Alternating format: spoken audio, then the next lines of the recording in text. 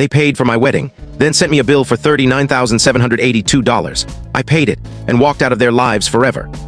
My parents promised to cover the full $40,000 cost of my wedding after gifting my favored older brother $500,000 for his. I accepted their offer, believing they were finally treating me as an equal. But then, an email arrived demanding I repay every cent. I settled the debt, but not in the way they anticipated.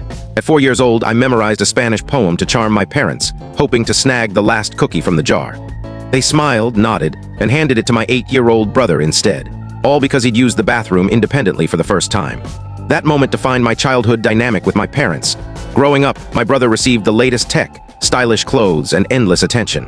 I made do with his old clothes and started working weekends at 14 to afford my own things. The real blow came when my brother, now 34, got married 4 years ago.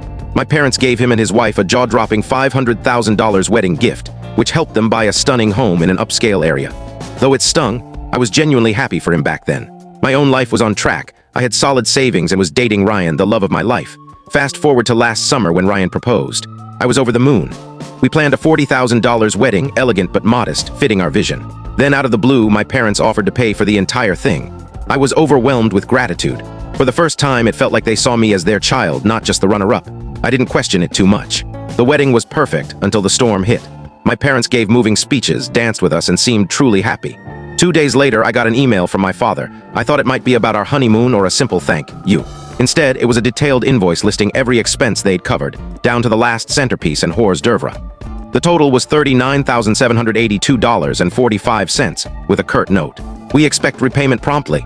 I was dumbfounded, staring at the screen. My stomach churned.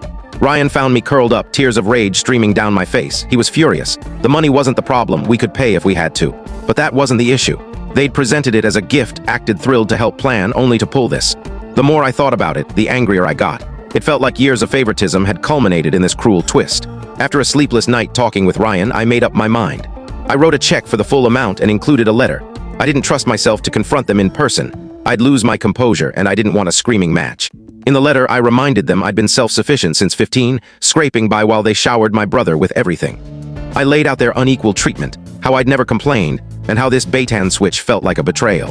I ended by saying I'd reject any future help, including inheritance. I mailed it, blocked their numbers, and waited. Silence followed for days, which only fueled my frustration. Then the floodgates opened. Family members, cousins, aunts, uncles, even family friends started bombarding me with messages, calling me ungrateful and overdramatic.